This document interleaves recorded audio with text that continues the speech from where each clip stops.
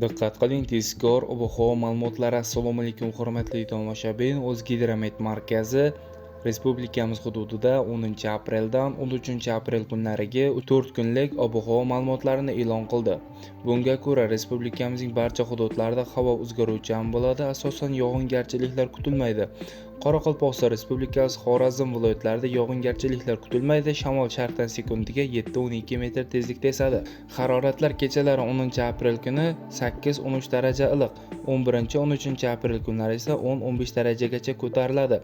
Kunduz kunlari esa bu holat 23-28 darajani tashkil etadi.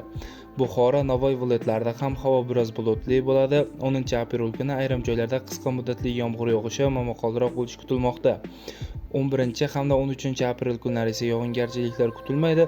Shamol sharqdan sekundiga 7-12 metr tezlikda esadi. Haroratlar kechalari 10 aprel kuni 8-13 daraja iliq, kunduz kunlari 20-25 daraja iliq. 11 hamda 13 aprel kunlari esa 10-15 darajagacha ko'tariladi. Kunduz kunlari 23-28 darajani tashkil etadi. Toshkent, Samarqand, Jizzax, Sirdaryo, Qashqadaryo hamda Surxondaryo viloyatlarida ham havo biroz bulutli bo'ladi. 10 aprel kuni yog'ingarchiliklar kutilmaydi. Faqatgina Samarqand viloyatining ayrim joylarida qisqa muddatli yomg'ir yog'ishi kutilmoqda. 11 hamda 13 aprel kunlari esa ayrim joylarda qisqa muddatli yomg'ir yog'ishi momaqaldiroq bo'lishi mumkin.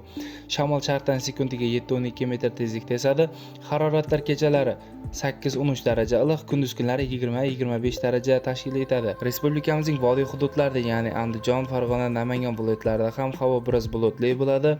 10 aprel kuni yog'ingarchiliklar kutilmaydi. 11-13 aprel kunlari esa ba'zi joylarda qisqa muddatli yomg'ir yog'ishi momaqaldiroq bo'lishi mumkin. Shamol g'arbdan sekundiga 5-10 metr sekund tezlikda esadi. Haroratlar kechalari 8-13 daraja iliq, kunduz kunlari 20-25 daraja atrofida bo'ladi. Sizlarga yetkazmoqchi bo'lgan xabarlarim shulardan iborat edi. E'tiboringiz uchun rahmat, sog' bo'ling, salomat bo'ling.